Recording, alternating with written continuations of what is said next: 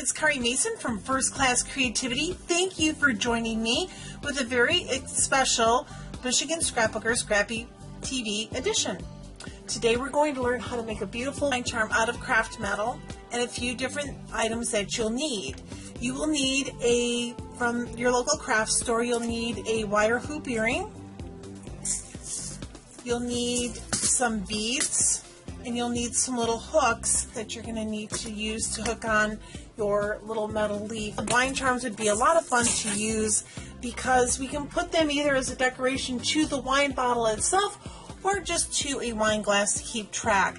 And with the holiday seasons coming along, it just makes sense to make a fun wine charm. So let's get started.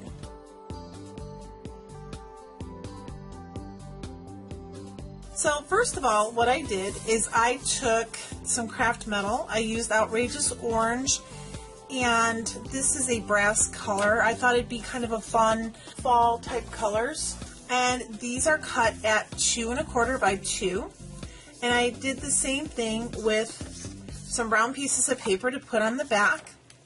And they're also at 2 1/4 and 2 inches. And then also the self-adhesive sheets are also 2 1/2 at 2. So what you're going to do is peel off the sticky layer right here. We're going to turn over our metal sheet and put the sticky sheet down on the aluminum side of the metal.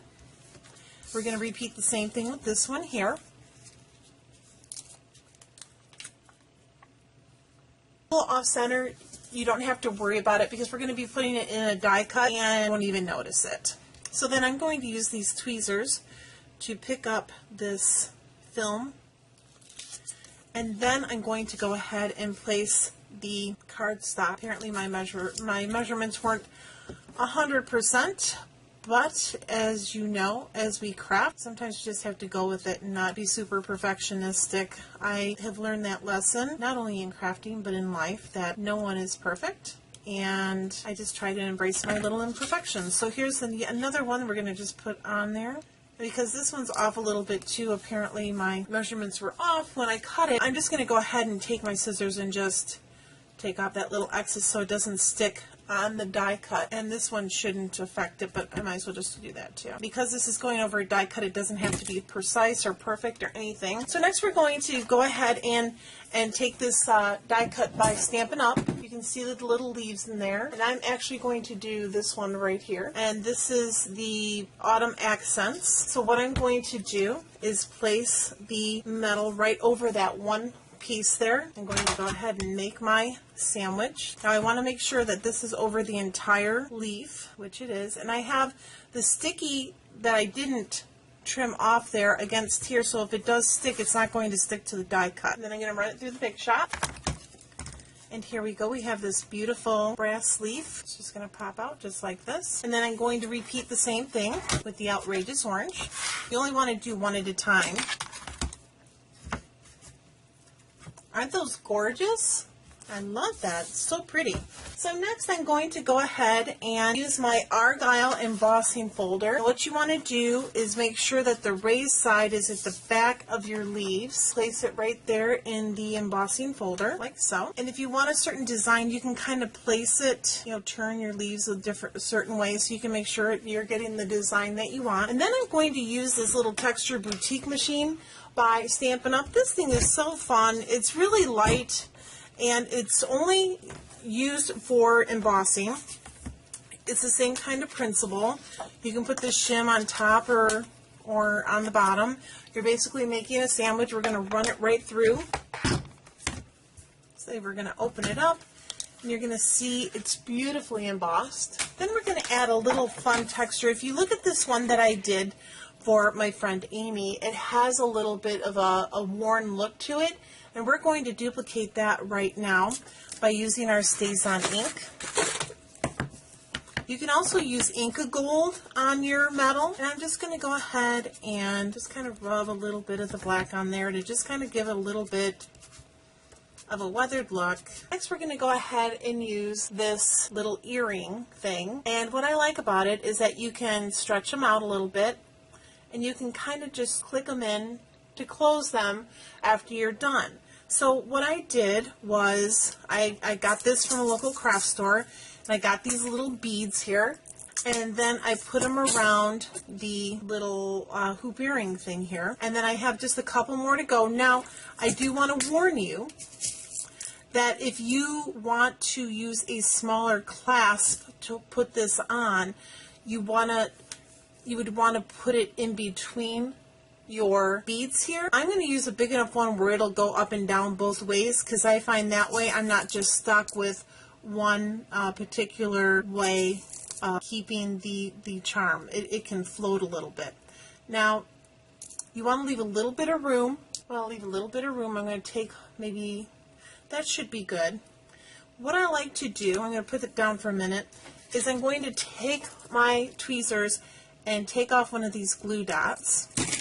And I'm going to place it right at the very end here, like so. And then I'm just going to fold it around.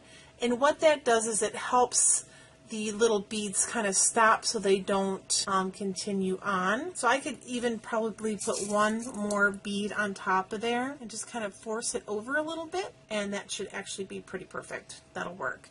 And that way you have a little bit of room for your closure. Then next you want to go ahead and figure out what clasp you want.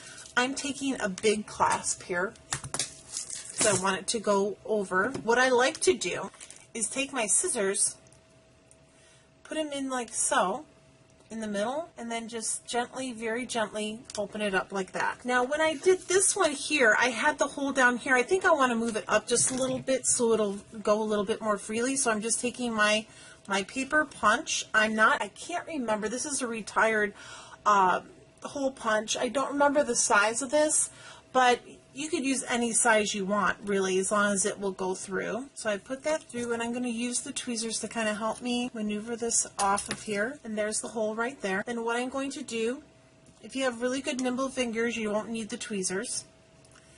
But I went ahead and I clasped it on like so. And then I'm going to put this little clasp on top of it. When you clasp that on, you want to go like this from underneath. And then you want to pinch it closed. It kind of reminds me of like a dog tag. And there you go. There's your little twine tag. Super simple. You get those little fun things and do something like this with Amy, which is really fun. Another option would be to use twine. And that's exactly what I did with this. I used some twine, and I just went around it with the twine and just rolled it over. I did 4 times, and then I just kept going around. And then that way, when I go ahead to put this on here, to put this wine charm on, it might be more appealing to the male if you're going to have a fall dinner or something like that, so that he doesn't have something kind of blingy. So what I'm going to do is hold it like this, take my scissors, and then get it together. And then this is just a little bit more of a different kind of wine charm. So you kind of have a dressed up version and a dressed down version. If you liked what you've seen today, please go ahead and sign up for my newsletter at www.firstclasscreativity.com and subscribe to my YouTube channel to get my latest videos. Again, thank you so much for joining me today. If you have any questions, please leave a comment below, or you can reach me through my website, www.firstclasscreativity.com. Thanks again for coming, and have a wonderful day.